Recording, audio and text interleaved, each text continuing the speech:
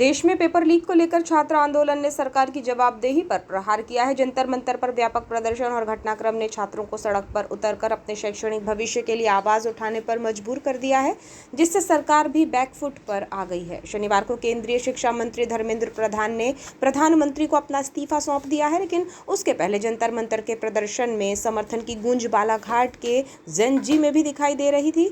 सड़कों पर छात्रों का हुजूम उमड़ा पड़ा था, हाथों में तख्ती जिसमें स्लोगन लिखे शब्दों में सरकार से जवाबदेही की मांग झलक रही थी और शिक्षा तंत्र की बदहाली, पेपर लीक, छात्रों की आत्महत्या, बेरोजगारी जैसे कई मुद्दे थे और इन्हीं को लेकर छात्रों का आक्रोश चरम पर था। प्रदर्शनकारी छात्रों ने दो टूक शब्दों में कहा कि अब देश का युवा जाग चुका है। बालाघाट की सड़कों पर अक्सर ही प्रदर्शन देखने को मिलते हैं। विभिन्न वर्गों द्वारा अपनी आवाज को सरकार तक पहुंचाने और सकारात्मक समाधान को लेकर प्रयास होता है, लेकिन देश की राजधानी दिल्ली में जंतर मंतर पर हो रहे प्रदर्शन के समर्थन में छात्रों की आवाज से आवाज मिलाने के लिए बालाघाट का युवा और छात्र बड़ी संख्या में शनिवार 25 जुलाई को सड़कों पर उतरे। जिस प्रदर्शन को कॉकरोच जनता पार्टी ने धार दी है, उसे शिक्षा और जवाबदेही से जोड़कर छात्र इस आंदोलन के समर्थन में है। छात्रों के प्रदर्शन के दौरान सरकार को संदेश देने और अपने युवा साथियों को जागरूक करने के लिए तख्तियां हाथों में ली और जुबान पर नारे थे। अपने हक और अधिकार के लिए संघर्ष करने का जोश और जुनून साफ दिखाई पड़ रहा था।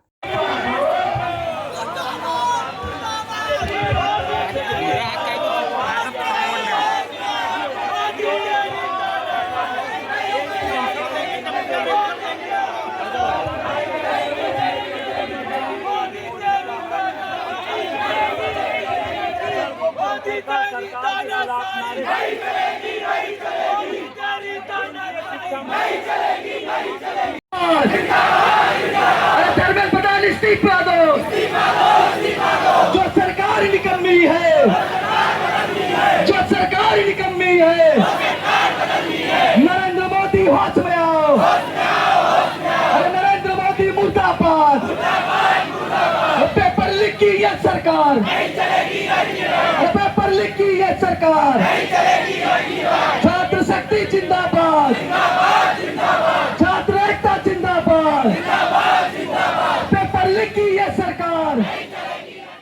तिरंगा लहराते हुए छात्रों ने एकजुटता का संदेश दिया। साथ ही प्रदर्शन के दौरान महापुरुषों की तस्वीरें भी दिखाई पड़ी। छात्रों की प्रमुख मांग केंद्रीय शिक्षा मंत्री धर्मेंद्र प्रधान के इस्तीफे को लेकर रही, जबकि शिक्षा व्यवस्था में सुधार और सरकार की पेपर लीक जैसे गंभीर मुद्दों पर जवाबदेही के लिए भी छात्रों का गुस्सा साफ तौर पर नजर आ रहा था।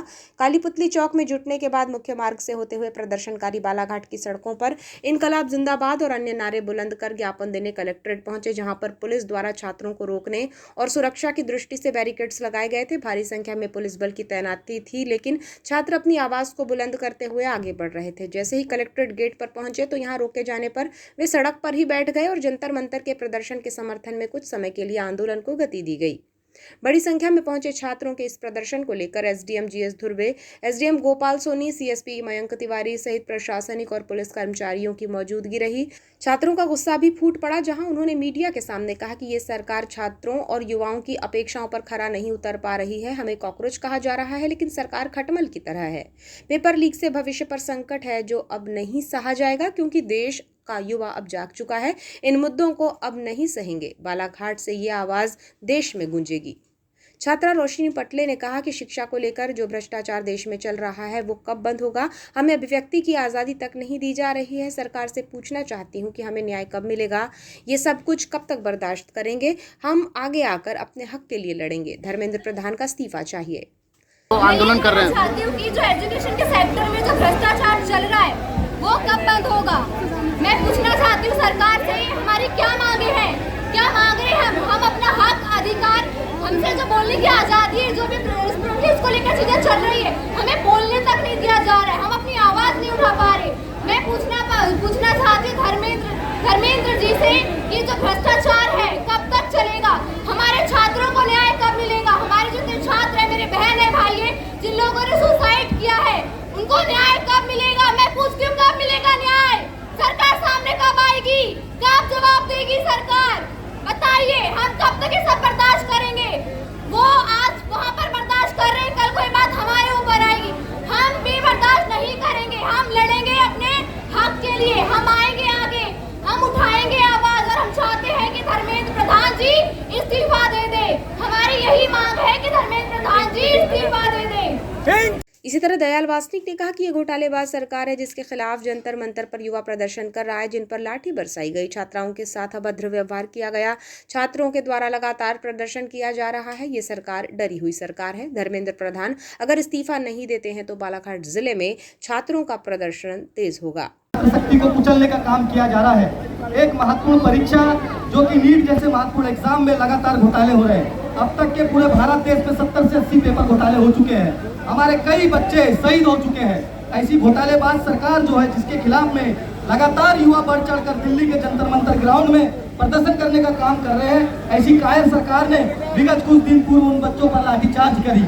इन लाठीचार्ज में कई बच्चे घायल हुए और उस घायलों के साथ साथ हमारी महिलाएं, हमारी बहनों के साथ पुलिस के द्वारा बर्बरतापूर्ण व्यवहार किया गया है। ऐसी निकम्मी सरकार के विरोध में बालाघाट जिले में समस्त छात्र छात्राओं के द्वारा एक ऐतिहासिक धरना प्रदर्शन किया गया, एक ऐतिहासिक रैली निकाली गई। ये हमारा रैली प्रदर्शन जो है हमारा वो आप लोगों को एक सांकेतिक रूप से शक्ति प्रदर्शन दिखने का काम कर रहे हैं। ये सरकार जो है इतनी निकम्मी सरकार है, इतनी निर्लज सरकार है जो धर्मेंद्र प्रधान को इस्तीफा नहीं दे रही है। इनके अंदर नैतिकता मर चुकी है, इनके अंदर आत्मविश्वास मर चुका है। ये डरी हुई सरकार है।